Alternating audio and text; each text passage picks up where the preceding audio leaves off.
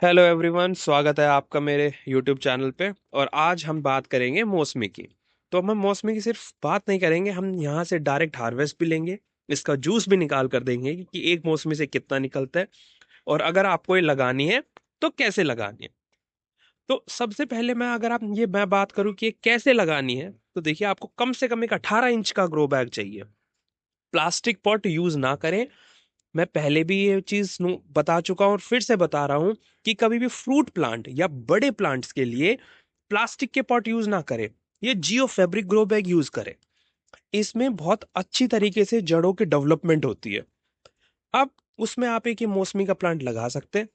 मौसमी का प्लांट आप बारिश के मौसम में लगा सकते हैं या फिर उससे पहले लगाना चाहे तो फेब्रवरी में भी लगा सकते हैं। अभी इस टाइम इस पे बहुत सारी फ्रूटिंग हो रही है, फ्लावर्स भी आ रहे हैं तो नए फ्रूट्स भी बनेंगे और फ्रूटिंग भी है। अब हम कुछ हार्वेस्ट करते हैं, फिर हम और डिटेल में इसके बारे में हम बात करेंगे। तो अभी हम सिर्फ उन मौसमियों को काट रहे हैं जो थोड़ी पीली हो गई हैं और पक गई हैं। देखिए, जो पेड़ पे मौसमी पकती है उसका जो टेस्ट होता है वो बहुत मीठा होता है, वो मार्केट की खट्टी मौसमी की तरह नहीं होता। तो अभी हम ये जो है जो पीली पीली हो गई हैं हम सिर्फ उनको कट कर रहे हैं, और जो अभी थोड़ी हरी है और जहां हमें लगता है कि अभी और थोड़ा टाइम लगेगा उन्हें पकने में, हम उन्हें छोड़ देंगे। तो ये देखिए, यहाँ से अब हम थोड़ा नीचे की साइड, इस प्लांट पे बहुत वेट हो गया, तो इस प्लांट के वेट को हमने रोकने के लिए ऐसे ग्रिल का सपोर्ट दे दिया है। और ये है कुछ पकी हुई मौसमी जो गुच्छे में लगी हुई है, देखिए। अब लोगों को लगेगा कि ये पेड़ पर नहीं, पॉट में नहीं लग सकते। अब ये देखिए, ये देखिए, ये मैं आपको एक पूरा गुच्छा दिखा रहा हूँ, देखिए ये पॉट में लग रहा है, ये देखिए कितनी बेहतरीन मौसमी है।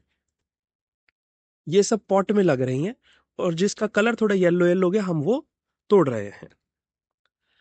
अभी इसके अलावा कुछ और मौसमी है जो हम यहाँ से तोड़ेंगे। देखिए यहाँ पे भी एक गुच्छे में लगी हुई हैं, बहुत दूर है, खींचना पड़ रहा है हमें उसे। ये देखिए,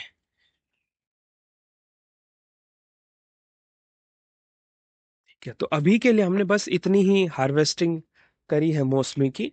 इसके अलावा मैं आपको ये दिखाऊं तो देखिए, अभी हमने बहुत सारी ये छोड़ भी दी हैं क्योंकि ये अभी इनका साइज थोड़ा छोटा है, प्लस इनमें कलर अभी बिल्कुल डार्क ग्रीन है। लाइट ग्रीन जब हो जाएगा तो हम इनको कट कर लेंगे। देखिए ये इतनी सारी हमने छोड़ी हुई है, ये सब लगी हुई हैं। ये देखिए, ये देखिए, ये इसका थोड़ा सा येलो हो गया, ये हम तोड़ लेते हैं।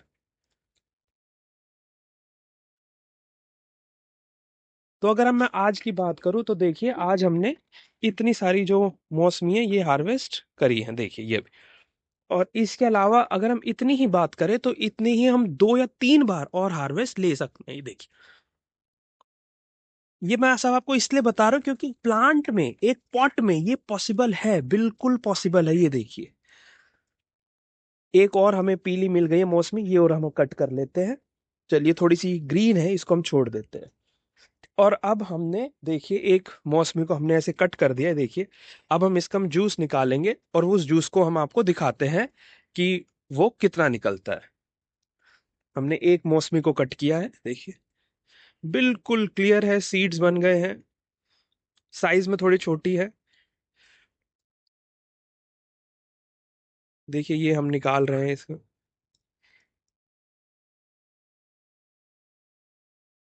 ये देखिए बिल्कुल लाइव हम आपको निकाल के दिखा रहे हैं कि एक मौसमी से कितना जूस निकल रहा है। ये देखिए।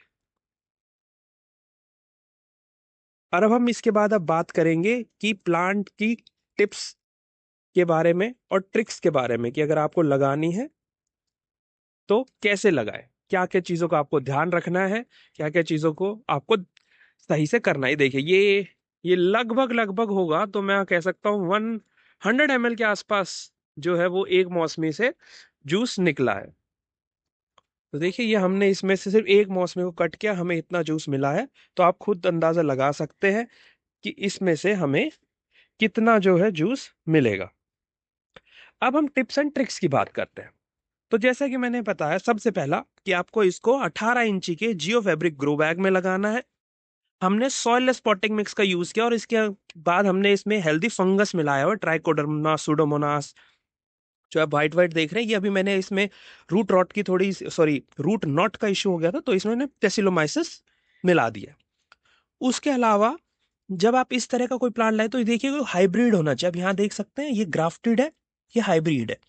इसके से जो फ्रूटिंग होगी वही होगी। इसके साथ देखिए ये निकल रहा है, इसमें कोई फ्रूटिंग नहीं है, और इसके अंदर फ्रूटिंग होगी। मौसमी का जो प्लांट होता है उसमें फ्रूटिंग एंड फ्लावरिंग दोनों एक साथ होती रहती है।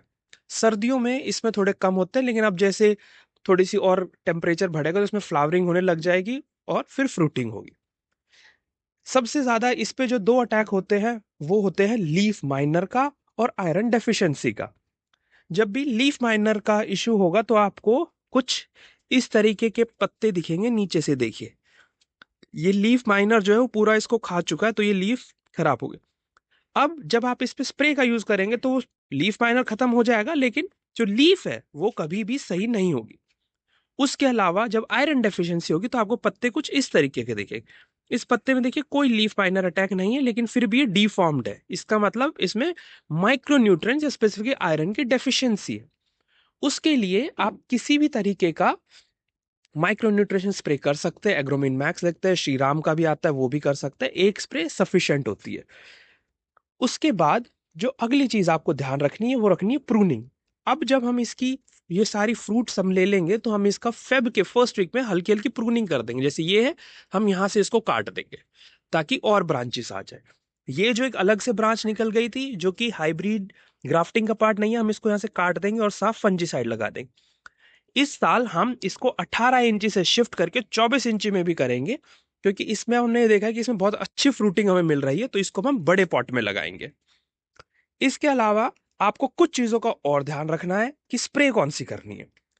अगर इसमें नॉर्मल इंसेक्ट अटैक होता है तो आप नीम ऑयल यूज कर सकते हैं 10,000 ppm, जो आपको हर 7 दिन में एक बार करना पड़ेगा।